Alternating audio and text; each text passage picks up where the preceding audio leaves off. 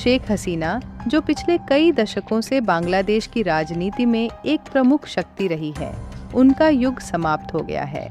उनके शासनकाल ने बांग्लादेश को कई महत्वपूर्ण मोड़ों पर पहुंचाया, लेकिन हर कहानी का अंत होता है। आइए जानते हैं कि शेख हसीना के युग का अंत का क्या कारण है और इसका बांग्लादेश पर क्या प्रभाव पड़ेगा। बांग्लादेश की प्रधानमंत्री शेख हसीना को जान बचाकर भारत आना पड़ा। उनके बांग्लादेश छोड़ते ही गुस्साई भीड़ ने उनके घर पर धावा बोल दिया। शेख मुजीबुर रहमान, जिन्होंने बांग्लादेश को आज़ादी दिलाई, उनके स्टैचू को तोड़ा जा रहा है। सड़कों पर लोग तालिबान के झंडे लेकर घूम रहे हैं। छात्रों की शक्ल में कुछ भिखमंगे उनके घर से मछली और मुर्गियां तक चुरा ले गए। जिहादियों की इस भीड़ ने शेख हसीना के अंडरगारमेंट्स को भी हाथ में लेकर उसे भी हवा में लहराया। शेख हसीना के देश छोड़ते ही पूरे बांग्लादेश में हिंदुओं पर हमले की बाढ़ आ गई। हिंदुओं पर अब तक 100 से ज़्यादा हमले हो चुके हैं। सोशल मीडिया पर कई ऐसे वीडियो वायरल हो रहे हैं जहां हिंदुओं के घर पर हमले किए जा रहे हैं। उनके घरों को आग लगाई जा रही है। कई जगह मंदिर तक जला दिए गए। इस बात की पूरी पॉसिबिलिटी है कि शेख हसीना के जाते ही बांग्लादेश में बेगम खालिदा जिया की बांग्लादेश नेशनल पार्टी और जमात जैसे कट्टरपंथी संगठन हावी हो जाएंगे।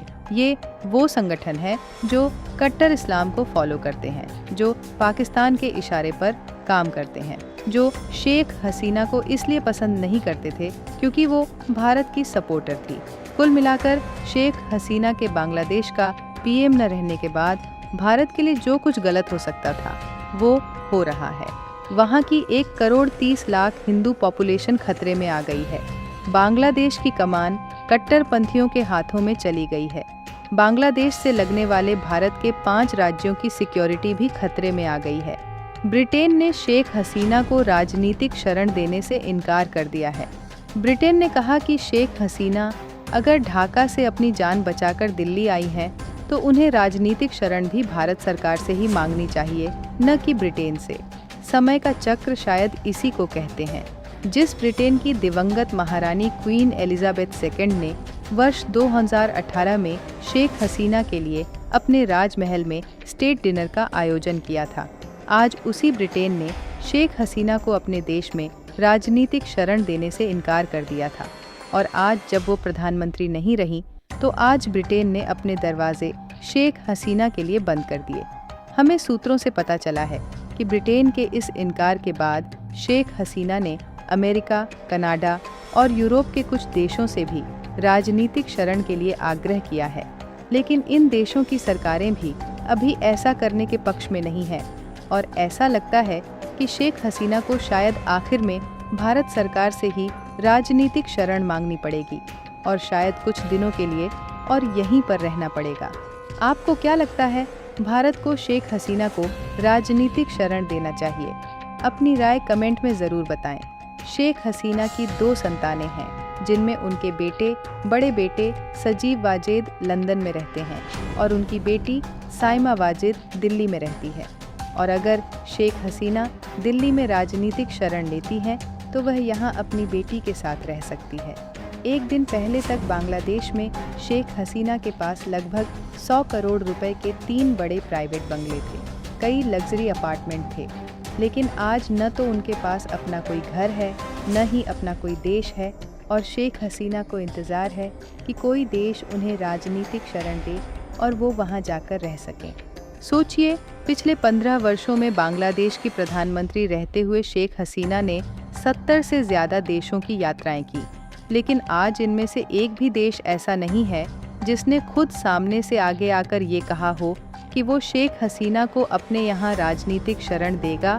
और इससे ये पता चलता है कि दुनिया आपके सामने सिर्फ तब तक सिर झुकाती है जब तक आप उनके किसी काम के होते हैं या जब तक आप सत्ता में होते हैं, जब तक आप शक्तिशाली होते हैं। मुजीबुर रहमान ने बांग्लादेश को पाकिस्तान से आज़ाद कराया था, इसीलिए इनको फादर ऑफ द नेशन कहा जाने लगा। लेकिन इसके सिर्फ 4 साल बाद में मुजीबुर रहमान और उनकी फैमिली के 10 से ज़्यादा मेंबर्स को उनके घर में घुसकर उन्हीं की आर्मी ने कत्ल कर दिया था। उस सुबह परिवार के कुल 17 लोगों की हत्या हुई। उनकी सिर्फ 2 बेटियां बची थीं जो उस दिन वहां पर नहीं थीं, जिसमें से एक थी शेख हसीना। मुजीबुर रहमान के बाद वहां पर बीएनपी की सरकार आती है। बीएनपी एक फंडामेंटलिस्ट पार्टी है जो कि काफ़ी हद तक एंटी इंडिया स्टैंड रखती है। बीएनपी के पावर में आने के बाद शेख हसीना को भारत में एक्साइड की पोजीशन मिलती है। काफ़ी टाइम तक वो यहाँ पर रहती है, फिर वापस अपने देश चली जाती है। 2009 से 2024 तक लगातार 4 बार इलेक्शन जीतते हुए शेख हसीना पावर में बनी रही। जब पावर में रही तो उन्होंने पूरी कोशिश करी कि बीएनपी को पावर से बाहर रखा जाए। कई लोग यह भी कहते हैं कि इलेक्शन जीतने के लिए उन्होंने बीएनपी को इस तरह से साइडलाइन कर दिया था कि 2020 के इलेक्शन पूरी तरह से एक तरफा इलेक्शन थे। लेकिन बीएनपी के अलावा यहाँ पर एक और मेंबर है जिसे कहते हैं जमाते इस्लामी। 2024 के इलेक्शन में ये पार्टिसिपेट भी नहीं कर पाए थे क्योंकि सुप्रीम कोर्ट ने इन्हें पार्टिसिपेट करने से मना किया था। जमाते इस्लामी एकदम कट्टरपंथी विचारधारा की पार्टी है। ये शरिया लॉ को इम्प्लीमेंट करना चाहते हैं। ये पाकिस्तान की पूरी तरह से सपोर्टर है और ये साफ साफ कहते थे कि बांग्लादेश को तो एग्जिस्ट ही नहीं करना चाहिए, हमें पाकिस्तान ही बने रहने देना चाहिए था। अब आते हैं करंट प्रोटेस्ट के ऊपर। इसकी स्टोरी दरअसल कुछ महीनों पहले नहीं बल्कि 2018 में शुरू होती है, जब शेख हसीना ने कहा था कि जो उनका लिबरेशन वॉर था उसके जितने भी सैनिक हैं उनको हम 50% रिजर्वेशन देंगे। नौकरियों के अंदर इस बात को लेकर बहुत प्रोटेस्ट हुआ था। शेख हसीना ऐसा इसलिए करना चाहती थी कि मुजीबुर रहमान का सपना था कि जिन लोगों ने देश को आज़ादी दिलाई उन्हें आरक्षण मिलना चाहिए। लेकिन उस समय शेख हसीना को अपना डिसीजन वापस लेना पड़ा था। फिर बात आती है इस साल के जून में जब लोकल कोर्ट ने इस बात का डिसीजन दिया कि जो पूरा फैसला शेख हसीना ने लिया था उसको हटाया जाएगा और फिर से उनके जो इंडिपेंडेंस वाले वेटरन थे उनकी फैमिली को 50% रिजर्वेशन जॉब में दिया जाएगा। इसके अगेंस्ट एक बार फिर से स्टूडेंट प्रोटेस्ट करते हैं और ये प्रोटेस्ट इतना ज़्यादा बढ़ जाता है कि बात सुप्रीम कोर्ट में चली जाती है। सुप्रीम कोर्ट ने 21 जुलाई 2024 को इस बात की रूलिंग दे दी कि वापस से इस पूरे डिसीजन को हटा दिया जाए और सिर्फ 5% रिजर्वेशन ओवरऑल रखा जाए। तो जो स्टूडेंट की डिमांड थी वह कम्प्लीटली पूरी हो जाती है और उसके बाद स्टूडेंट अपना प्रोटेस्ट रोक देते हैं। लेकिन इसके सिर्फ कुछ ही दिनों बाद स्टूडेंट वापस से सड़कों पर उतरते हैं और इस बार डिमांड थोड़ी बदली हुई थी।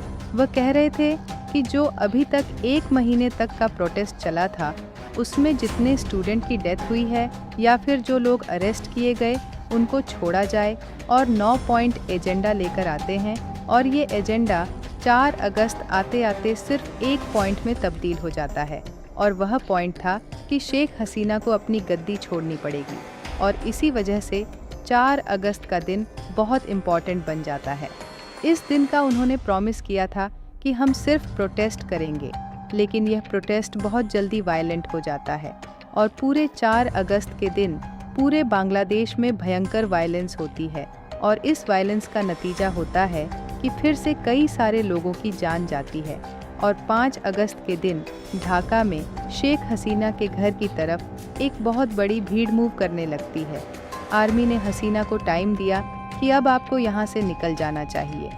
शेख हसीना एक हेलीकॉप्टर में बैठी और उसके बाद भारत में लैंड करके हिंडन एयरपोर्ट गाजियाबाद के अंदर और कहते हैं कि शायद वो यहाँ से आगे लंदन जाएंगी या फिर और किसी देश में और फिलहाल के लिए वह भी भारत में कुछ दिनों तक स्टे करने वाली है। आपका इस पूरे सिनेरियो के बारे में क्या ख्याल है? मुझे कमेंट सेक्शन में ज़रूर बताइएगा। उम्मीद है कि इस वीडियो को आप लोग भरपूर लाइक और शेयर करेंगे। मिलते हैं अगली शानदार वीडियो में।